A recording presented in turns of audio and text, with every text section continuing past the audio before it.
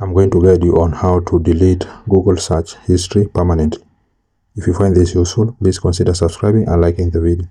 Now to get started, you need to launch your Google Chrome. Then tap on your home button on your top left corner.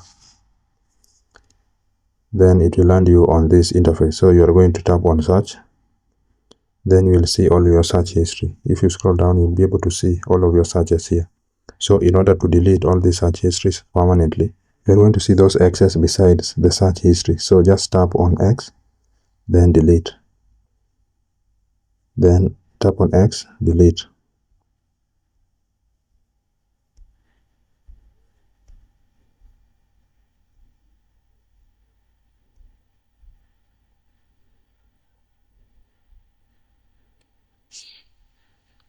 By doing so, whenever you'll be tapping on the search, you will not be able to see your search histories there.